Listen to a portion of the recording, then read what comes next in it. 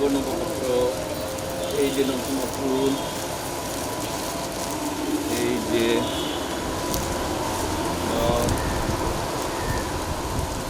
শুভ নববর্ষ আজকে হয়ে গেল শুভ নববর্ষ, তার জন্য হাবিব আঙ্কেল আমাদেরকে সবাইকে দাওয়াত করেছেন এখানে।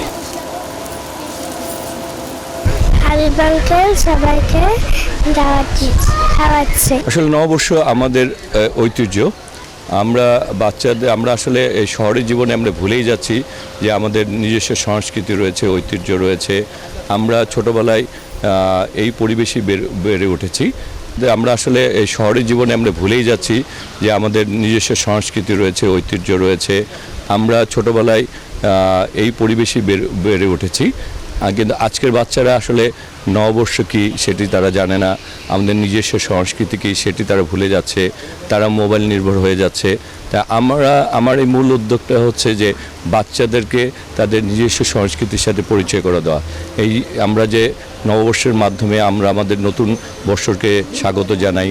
এই নতুন বৎসর যে আমাদের নতুন একটি শান্তির, একটি সমৃদ্ধির এবং আগামী বাংলাদেশ গড়ার প্রত্যয় নিয়ে আসা আমাদের জীবনে। আমরা যে এই নতুন বৎসরের মাধ্যমে আমরা নতুন যাত্রা শুরু করে আমাদের প্রথম দিনটির মাধ্যমে আমরা আমাদের বাংলার যে প্রাচীন রূপ সেটি আমাদের মধ্যে নিয়ে এসে আমরা নতুন বৎসরকে স্বাগত জানিয়ে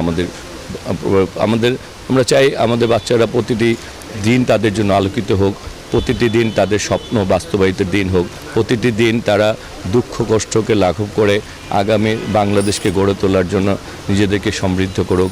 এবং সবচেয়ে বড় ব্যাপার হচ্ছে যে বাচ্চারা নিজেদের মধ্যে যে আজকের দিনটি কেন তার সেজে এসেছে, কেন তাদেরকে ফুল দেওয়া হয়েছে, কেন তারা সবাই মিলে একসঙ্গে বেড়াচ্ছে, এই দিনটি সম্বন্ধে তাদের ভিতরে একটা জানার আগ্রহ তৈরি হোক এবং তারা নিজস্ব সংস্কৃতির সাথে পরিচয়, এটাই হচ্ছে আমার মূল উদ্দেশ্য। আবার শুভ নববর্ষ 1433 সবাইকে শুভেচ্ছা, অভিনন্দন।